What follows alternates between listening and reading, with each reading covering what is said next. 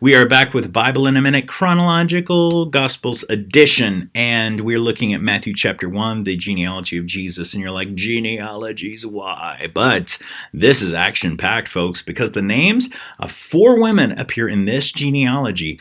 And here's why that's important. Judaism is a patriarchal society, right? God says, I'm the God of Abraham, Isaac, and Jacob. He doesn't say, I'm the God of Sarah and Rachel and Rebecca.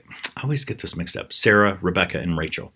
Okay, so Judaism is a patriarchal society. It gives us the genealogies of people through their fathers, not their mothers. Now, nowadays, a person is Jewish if their mother is Jewish, but in the Bible, in the biblical times, you were Jewish if your father was Jewish, or that is how genealogy was determined. But 4 women are named in Jesus' genealogy. And these 4 women are spicy.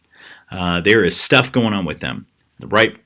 And what is really cool is that Jesus doesn't choose, God does not choose absolutely perfect people with no drama, nothing going on with them to have the Messiah come through their line. No, he chooses very imperfect people, people who've got issues, right? And so these are the 4 names of women that are mentioned in Jesus' genealogy. First, Tamar, right? Genesis 38. Here's the deal in a nutshell.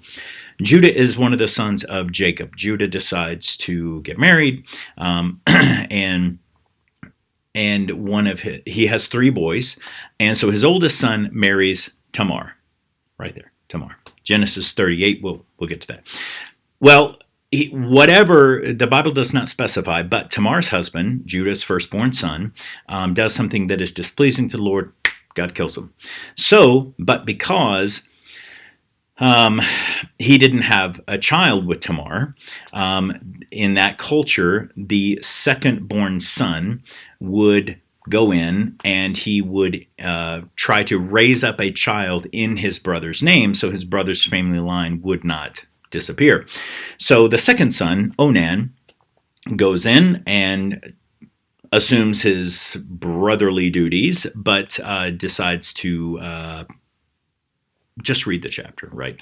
Just read 38 and before, because he's willing to sleep with Tamar, but not willing to father a child in his brother's name. Well, God kills him because that is displeasing to the Lord. So Judah says, okay, Tamar, bit of a black widow here, but I will give you my youngest son, but he's not old enough right now to marry you. So when he comes of age, I'll marry him off to you, and he can raise up sons, etc.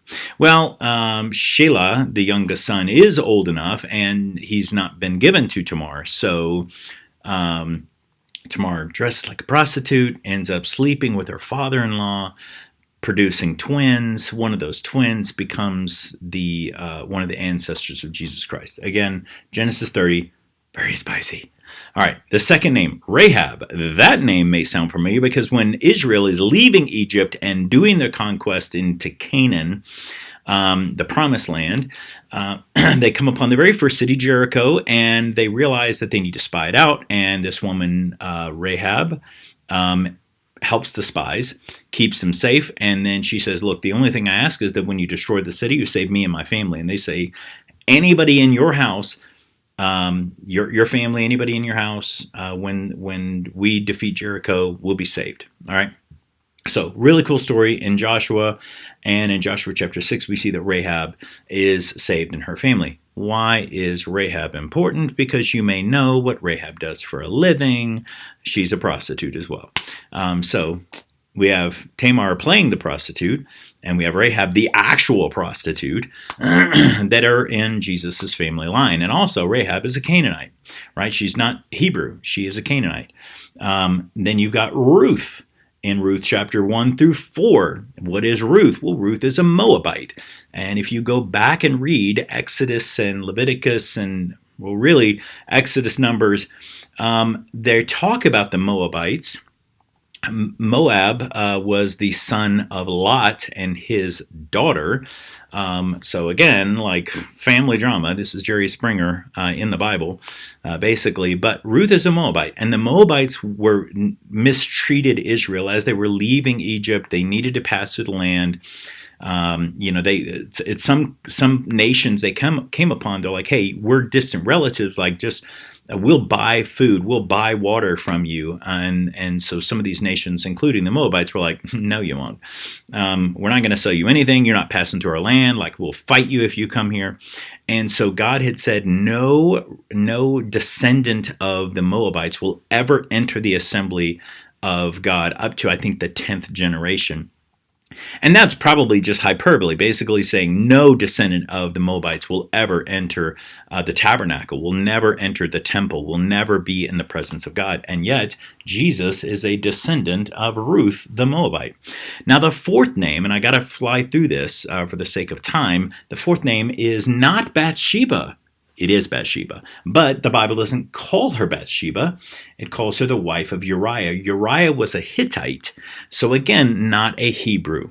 So you got three foreigners. You've got the Canaanite, the Moabite, and the Hittite, because Uriah and Bathsheba were both Hittites.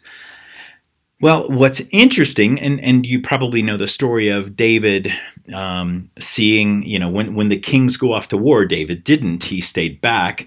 And he sees a woman bathing on a roof, which was not atypical. That's, the waterfalls. You catch the water, you warm up the water with the sun, and you bathe on the roof. It's not uncommon. But apparently, it's probably not the first time he's seen this beautiful woman. He sees her. She's, she may be just seducing him. We don't know. But he's in a position of power. He's the king. He summons her, sleeps with her. And again, she's not a Jewish. She's not a Hebrew. She's a foreigner. So the question is, was it against her will? Did she do it of her own free will, or was she basically forced because he is the king and she's a foreigner? We don't know. But there's enough there to say this shouldn't have happened. Well, she becomes pregnant. And the problem is that Uriah right here, is off fighting for David. So it's kind of hard to say Uriah impregnated his wife when he's been off to war. So David's like, holy moly, we got to get this guy back to cover up my sin.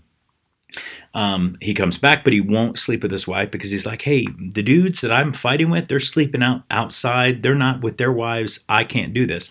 So David's plan is foiled to basically pass off that pregnancy as Uriah's child. So then he ends up telling his commander, put Uriah at the front of the line and then withdraw, make sure he gets killed. That happens. David marries Bathsheba, and the child dies because that is part of God's judgment against David and his sin. So what's really interesting, and it's not in this passage in 2 Samuel 11, but if you start piecing together names and stuff, Uriah wasn't just some random dude in David's army. He was actually one of David's mighty men. He was way closer to David than you would originally think.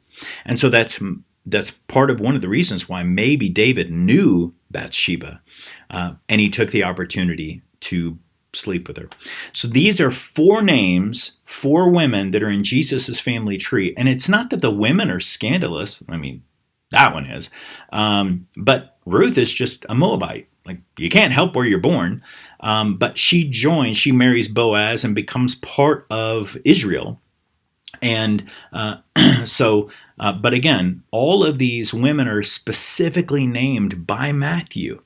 I believe that is to indicate that, hey, there is nothing that disqualifies you from following Jesus Christ. There's nothing that basically, you can't look at your family tree, you can't look at your, the generational curses or anything like that. You can't look at that and go, man, I can't serve God. Like, God will never accept me.